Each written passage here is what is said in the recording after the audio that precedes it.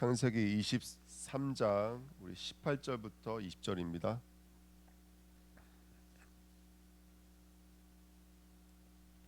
창세기 23장 18절부터 20절입니다. 같이 읽겠습니다.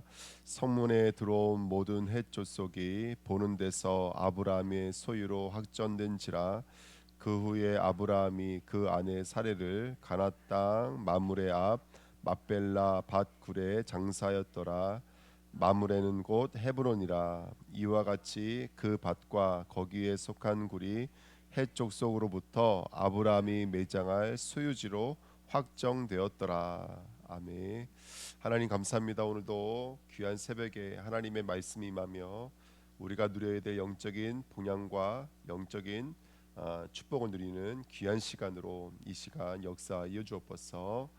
감사드리며 예수 그리스도의 이름으로 기도하옵나이다. 아멘. 오늘은 이제 우리 23장 마지막인데요. 나그네가 누린 것이 있습니다. 아브라함과 사레가 무엇을 누렸을까요? 첫 번째는 무엇을 누렸냐? 복음을 누렸습니다. 곧 하나님이 준비하신 것, 하나님의 것을, 하나님의 은혜를 누렸습니다. 우리 23장은 22장에서 왔잖아요. 22장 20절부터 24절에는 나홀의 후에 대한 이야기 아시겠죠? 그 나홀이 8명, 첩에서는 4명의 자식을 낳는데요. 그 중에 이제 누가 등장을 하냐면 드디어 리브가라는 여자가 등장을 합니다. 이삭이 등장하기 전에 아시겠지만 여러분 하나님은 이제 사라의 죽음을 두고 누구를 준비하셨냐면 리브가를 준비하셨으면 우리가 엿볼 수 있는 장면이거든요. 그러니까 하나님은 하나님의 언약이 절대로 멈추거나 이제 이게 사라지지가 않습니다. 하나님의 언약은 유효하고 지금도 그 언약대로 이 땅은 움직이고 있는 줄 믿습니다. 어떻게 보면은 죽어야 하는 아브라함과 이삭을 위해서 하나님이 순양을 준비하셨던 것처럼 지금도 죽을 사라를 대신해서 하나님 누구를 준비하셨냐면 리브가를 준비하셨다는 것으로 엿볼 수 있는 것처럼 우리가 구속 역사를 들여다보면은 이 땅의 역사는 꼭 아브라함의 삶, 사라의 삶, 이삭과 리브가의 삶인 것 같지만 사실은 내면적으로는 그들을 준비하시고 그들을 이끌어 오신 성삼위 하나님의 역사라는 것을 우리가 알 수가 있겠죠. 창세기 19장에 너무나 완벽했던 아브라함이 있었고 그런데도 불구하고 20장에서는 너무나 초라해진 아브라함이 있었던 것처럼 신앙은 우리를 들여다보면 안 되고 누구를 들여다보는 것이 신앙이라면 성삼위 하나님을 들여다보는 것이 신앙인 줄 믿습니다. 그러니까 우리를 들여다보면은 늘 우리를 움직이죠. 상대적이기 때문에 절대적이지가 못하죠. 그렇지만 하나님을 바라볼 때야 비로소 우리는 온전해지는 줄 믿습니다. 그래서 이 이야기와 같은 맥락을 가지고 있는 게 바로 룻기서예요. 룻기서. 사사계에 왕이 없는 거예요. 이스라엘에게 왕이 없으므로 그들이 자기 소견대로 행했더라. 이게 바로 결론이었거든요. 그래서 하나님은 하나님이 진짜 왕이신 그데도 불구하고 하나님은 누구 약속해 주시냐면 왕을 주시겠다는 거예요. 근데 그 왕을 주실 때 누구를 통해서 왕을 보내주시냐면 사실상 룻기를 통해서 룻을 통해서 왕을 보내주시는 거예요. 그래서 그 베들레헴에서 모압 땅으로 갔다가 시아버지와 두 아들 말론과 기론을 잊어버린 그 누구죠? 룻을 통해서 그가 바로 다윗의 그런 어떤 그 씨를 이어받는 그 귀한 역할을 하는 여자가 바로 룻기서라는 사실을 우리가 볼 수 있는 것처럼 또 예수님의 족보에 보면은 누가 누구를 낳고 누가 누구 낳고 이게 족보거든요. 근데 거기 보면은 다말, 라합, 룻, 밧세바, 마리아가 나오지 않습니까? 그러니까 끊어질 수밖에 없는 우리예요, 여러분들. 끊어질 수밖에 없고 예수가 오시다가 끊어졌어도 한참 전에 끊어졌어야 되는데 그때마다 하나님은 아주 부정한 여자들을 보내셔서 하나님은 그 족보를 이어오셨던 것처럼 오늘 우리들의 삶도 우리의 부정함 속에서도 하나님은 지금도 일하고 계신 줄 믿습니다. 그래서 예수님의 오심, 그 구원의 역사는 우리가 하나님의 은혜다. 그래서 우리는 우리를 들여다보는 자가 아니라 누굴 들여다보는 자가 되어야 된다. 성삼위 하나님을 들여다보는 자가 되어야 된다. 나를 기준으로 삼지 말고 성삼위 하나님을 기준으로 사는 자가 되어야 된다. 이것이 우리가 이 묘지를 준비하는 우리들의 믿음인 줄 믿습니다. 자, 오늘 말씀의 주 내용은 나그네입니다. 저와 여러분들은 나그네죠. 오늘 2절에 보면은 사라를 잃은 아브라함이 어떻게 하냐면 아브라함이 들어가서 사라를 위하여 뭐라 그러냐면 슬퍼하며 애통하다 이렇게 써 있는데 이 슬퍼하다라는 단어의 원어의 뜻은 통곡하다 이런 뜻입니다. 통곡하다. 아주 뭔가를 너무너무 크게 잊어버린 그런 충격과 아픔을 상징하는 것이고, 애통은 이 슬픔과 눈물이 끊이지가 않다라는 뜻입니다. 그러니까 아브라함이 보통 슬퍼한 게 아니라는 뜻이겠죠. 아무래도 그럴 수밖에 없는 게 그 본토 아버지 친척 집을 벗어나서 그타 양살이를 하면서 얼마나 힘들고 어려웠겠습니까? 그러니까 그 슬픔이 이루 말할 수가 없었겠죠. 사라의 죽음은 곧 누구의 죽음인 거라면 아브라함의 죽음과도 다를 바가 없는 죽음 아니겠어요? 그러니까 굉장히 슬퍼했겠죠. 그런데 갑자기 아브라함이 이상한 행동을 합니다. 그게 바로 3절 말씀이에요. 3절에 보시면 그 시신 앞에서 일어나 나가서라는 단어가 있어요. 그 시신 앞에서 일어나 나가서. 근데 우리가 볼 때는 아브라함이 시신 옆에서 울다가 일어나서 나간 것처럼 보이지만, 요 말씀을 좀 원어를 빌려서 본다면 시신 앞에서라는 단어가 시신 옆에서가 아니라 이런 뜻이에요. 파님 알 그러면 얼굴 위에서, 이런 뜻이에요. 얼굴 위에서. 그러면 말이 달라지죠. 시신 옆에 있다가 나간 것이 아니라 얼굴과 얼굴, 그러니까 사라의 얼굴과 아브라함의 얼굴이 서로 맞대고 있다가 일어나서, 이게 일어나다, 이거는 이제 부활을 상징하는 의미거든요. 일어서다 하는 뜻인데 일어나다 이런 의미가 있습니다. 히브리 사람들은 선지자들이 죽은 사람을 살려낼 때 이런 부활적 행동을 했다 그래요. 이 영혼이 부활되어 돌아올 것이다라는 의미로 얼굴과 얼굴, 손과 손, 몸이 포개졌다가 일어나는 행동을 했다 그래요. 그 대표적인 장면이 어디서 나오냐면 우리 잘 알고 있는 엘리야가 죽은 과부의 아들을 살릴 때의 장면에서 나옵니다. 그 열왕기상 17장에 나와요. 21장, 22장 제가 적어놨는데요. 그 아이 위에 몸을 3번 펴서 엎드리고, 여기 써 있죠. 그 아이 위에 몸을 3번. 그러니까 얼굴과 얼굴을 맞대고 몸이 몸을 맞대서 그게 3번 얼굴에 내 몸을 붙였다가 뗐다가 몸을 붙였다가 뗐다가 이게 3번 했다라는 거예요. 이게 바로 히브리 사람들이 가지고 있었던 뭐에 대한 신앙이냐면 바로 부활에 대한 신앙인 거예요. 부활에 대한 신앙. 그래서 여기서도 알 이게 나오거든요. 위에서, 몸 위에서 했다가 일어났다 이런 뜻입니다. 이게 3번 했다라는 거예요. 뿐만 아니라 사도행전 20장에도 나와요. 20장 10절에도 바울이 내려가서 그 위에 엎드려. 그러니까 유두고가 창문에 걸터 앉았다가 뒤로 넘어 죽었잖아요. 그러니까 바울이 쫓아가서 어떻게 했다고요? 얼굴과 얼굴을 포겠다가 일어나고, 포겠다가 일어나고. 그러니까 지금 어떠한 믿음으로 돌이키는 장면이냐면 통곡하고 애통해하던 바울이 통곡의 자리에 머물러 있는 것이 아니라 뭘 바라보는 거라면 이제 부활의 소망을 바라보는 거예요. 하나님, 이 영혼은 하나님 약속하신 대로 언젠가는 부활할 것을 믿습니다. 신학자들은요, 구약 신학에는 부활이 없다라고 말해요. 부활 신앙이 없다라고 말을 해요. 근데 그렇지가 않아요. 성경 자세히 보면은 부활 신앙이 있었어요. 네, 그래서 엎드렸다가 폈다가 엎드렸다 폈다가 이런 일들을 했다니까요. 선지자들도 그렇고. 여러분들 세 번째입니다. 슬픔이 왜 올까요? 슬픔이, 저와 여러분들 슬픔이 왜 올까요? 슬픔이라고 하는 것은 내 마음과 내 것들에 뭔가를 빼앗겼을 때 일어나는 일들이잖아요. 슬픔과 애통이라고 하는 것은 내가 내 것들을 빼앗겼을 때 그 끊어짐에 대한 아픔과 눈물이에요. 그러니까 결국 내 것들을 빼앗겼다는 얘기거든요. 그게 슬픔과 애통이에요. 근데 보십시오. 데살로니가전서 4장 13절에 보시면 형제들아, 자는 자들, 죽은 자들에 관하여는 너희가 알지 못함을 우리가 원하지 아니하노니 이는 소망이 없는 다른 이와 같이 슬퍼하지 않게 하려 함이라 이래요. 야, 죽어서 끝났으면 우리가 슬퍼해야 되겠지만 슬퍼할 일도 없다 이렇게 말하는 거예요. 왜냐하면 그들이 끝난 게 아니기 때문에 그래요. 그들이 없어진 것이 아니기 때문에. 우리에게 뭐가 있다? 우리는 이 땅에서 나그네와 같이 살지만 언젠가는 본향에서 만난다, 이런 의미를 갖고 있는 것이죠. 자, 좀 길지만 시브리서 11장 8절부터 16절에 보시면, 제가 좀 길지만 차근차근 읽어볼게요. 믿음으로 아브라함은 부르심을 받았을 때에 순종하여 장래 유업으로 받을 땅에 나아갈새 갈 바를 알지 못하고 나아갔으며, 믿음으로 그가 이방 땅에 있는 것 같이 약속의 땅에 거류하여 동일한 약속을 유업으로 함께 받은 이삭 및 야곱과 더불어 장막에 거였으니 이는 그가 하나님의 계획하시고 지으실 터가 있는 뭐를 바라봤습니다? 성을 봤습니다. 그러니까 부활 신앙이에요. 이 땅을 바라본 게 아니에요. 우린 나그네입니다, 여러분들. 이 땅을 바라보면 안 되고 이 땅의 혈육을 기대면 안 돼요. 그러면 통곡하고 애통하게 되어져요. 슬퍼하게 되어져요. 100만% 슬퍼하게 돼요. 이 땅을 바라보면은 100만% 슬퍼하게 되어져요. 뭘 바라보셔야 돼요?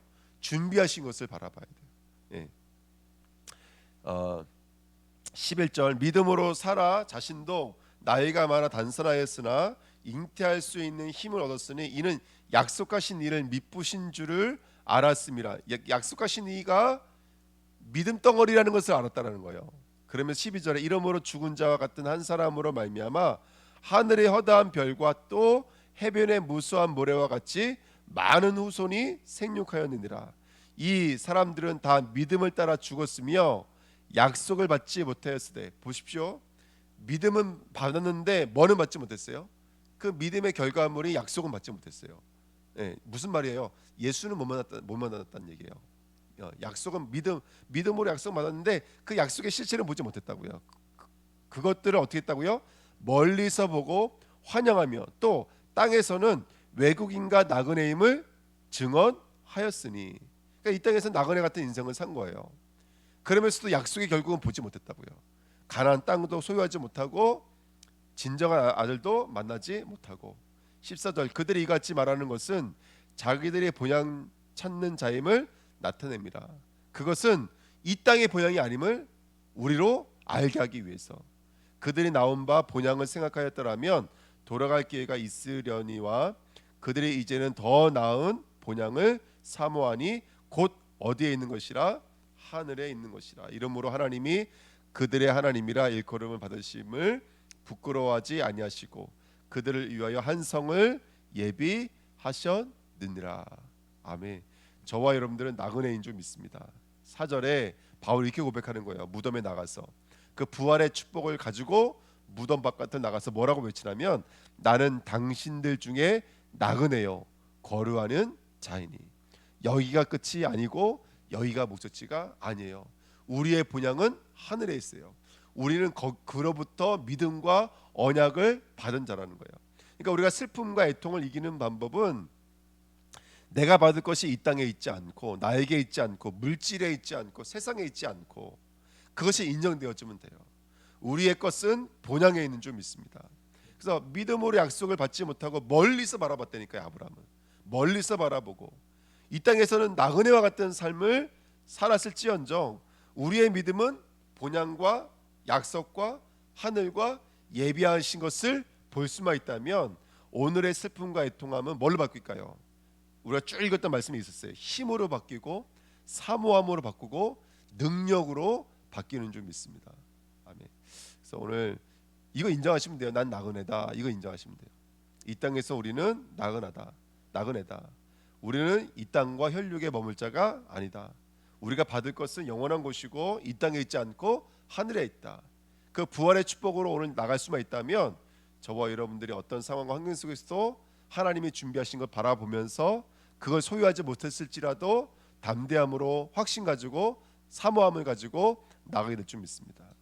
그래서 이런 생각이 들더라고요. 네 번째 보시면 참된 무덤 신앙은, 진짜 무덤 신앙은요 부활을 가지고 있어야지 온전한 무덤 신앙을 우리가 소유할 수가 있습니다. 이번 주간에 우리가 교회는 무덤이라고 말씀드리고 다민족의 무덤, 다문화의 무덤, 우리의 죄를 묻는 곳이고 옛 체질, 옛 성품, 옛 자아를 묻는 것이 교회인 줄 믿습니다. 아멘. 그래서 복음을 가지고 과거, 현재, 미래를 재해석하고 재적용하고 이제 뿌리 내리는 시간표가 바로 교회인데 중요한 것은 이거예요. 세상은 오늘을 가지고 헤아려서 미래를 바라보는 것이거든요. 내가 얼마만큼 이 땅에서 열심히 준비하고 갖추어서 미래에 도달하느냐, 이게 이 땅의 모습이지만 복음은 내일을 가지고 어디를 헤아리는 거예요? 오늘을 헤아리는 거예요. 이게 바로 부활 신앙인 줄 믿습니다. 그래서 모든 게 마찬가지인 거예요. 부활을 가지고 무덤을 누려야 무덤이 온전해지고 십자가를 가지고 성육신을 누려야 성육신이 온전해지는 거예요. 그러니까 유대인들이 예수님 오신다 믿었지만 그들이 기다렸던 예수님은 예수님과는 아무도 상관없는 거예요. 그들이 갖고 있었던 것은 육신이었고 이 땅이었거든요. 그러니까 전혀 상관이 없는 거예요. 그러니까 십자가를 가지고 성육신을 누렸어야 되는데 예수님 오시면 바로 봤어야 되는데 예수님이 십자가 얘기하면 제자들까지도 벌떡벌떡 일어났다니까요. 그런 말 하지 말라고. 그러니까 그들이 기다렸던 것은 예수님이 이 땅에 오신 이유와 전혀 맞지가 않는 거예요. 그러니까 십자가를 가지고 성육신을 누려야 되고 심지어 재림을 가지고 승천을 누려야지만이 우리가 온전한 신앙으로 나갈 수 있는 줄 믿습니다. 세 번째입니다. 나그네의 터입니다. 19절 말씀처럼 우리는 어디를 가져야 돼요? 본향을 가지셔야 돼요. 예. 여러분 오늘 아브람과 사레가 어디에 묻혔냐면 가나안 땅 헤브론에 묻혔습니다. 원래 사람이 죽으면 어디에 묻혀요? 고향에 묻히는 게 습관이에요. 관습이에요. 근데 헤브론에 묻혔다는 얘기는 숨겨준 아주 굉장히 중요한 의미가 있는 거예요. 이제 이들의 본향이 어디가 됐다는 거예요? 예, 헤브론도 아닌데 사실은 하나님 나라가 됐다는 거예요. 언약이 됐다는 뜻이고 말씀이 됐다는 뜻이죠. 그래서 우리가 어디에 묻혀야 되느냐? 우리는 영원한 본향이신 하나님의 나라에 우리의 믿음, 우리의 신앙이 묻혀야 될 줄 믿습니다. 아멘. 여기가 우리의 본향이에요. 여기가 우리의 가야 될 하나님의 나라인 줄 믿습니다.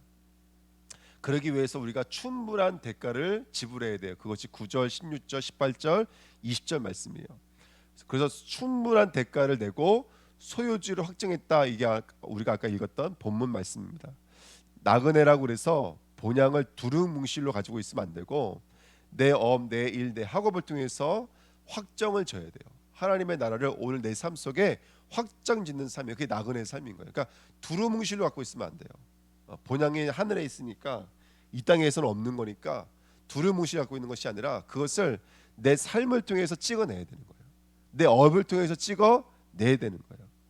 그래서 오늘 사라가 이렇게 끝나거든요. 1절에 보시면 사라가 127세를 살았으니 이것이 곧 사라가 누린 횟수라. 여기 보십시오. 여자 중에서 죽어있는 나이가 기록되어져 있는 여자는 사라밖에 없어요. 죽어있는 나이가 기록되어져 있는 것은. 그러니까 여러분 우리가 이렇게 사라처럼 복음을 선명하게 누려야 돼요. 120년이라는 이 시간이 127세라는 이 시간이 그가 누린 바로 본향의 축복이었던 거예요. 그러니까 우리가 그걸 누려야 돼. 구원의 축복을 누린 횟수, 하나님 전도와 선교를 누린 횟수, 우리의 연수가 될 줄 믿습니다. 예. 그래서 모든 시간, 모든 사람, 모든 장소, 모든 일들을 다시 한 번 더 나는 무엇을 누리고 있는지 오늘 확정지어야 될 줄 믿습니다. 그러면서 문제도 사건도 갈등도 점이지만은 그것을 누리면 선이 됩니다. 예. 선은 결국 말씀으로 연결되어지죠. 자. 그래서 세 번째, 가치를 지불하고 사야 되는 것이 바로 교회입니다. 교회는 영원한 하나님 나라의 추수판이에요. 하나님 나라의 상징이에요. 그림자예요. 우리의 가나안 땅이에요. 그래서 교회는 날마다 가치에 대한 구별들이 있어야 돼요. 그게 바로 예물이고 예배이고 그게 바로 우리의 신앙의 여정인 줄 믿습니다. 네, 이게 계속 구별되어지는 것이 교회예요. 세상과 구별되어지는 것이 교회고 직장과 구별되어지는 것이 교회고 우리의 혈육과 구별되어지는 것이 교회인 줄 믿습니다. 세 번째, 그리고 성도의 매장지가 교회인 줄 믿습니다. 저와 여러분들이 이런 나그네의 터와 뜰을 준비하는 하나님의 사람들로 쓰임 받으시면서 오늘 참된 부활의 소망을 갖는 무덤 되시기를 예수님의 이름으로 부탁드립니다. 기도하겠습니다. 하나님 감사합니다. 언약의 여정을 걸어가며 우리의 본향을 누리는 오늘 될 수 있도록 축복하여 주옵소서. 감사드리며 예수 그리스도의 이름으로 기도하옵나이다. 아멘.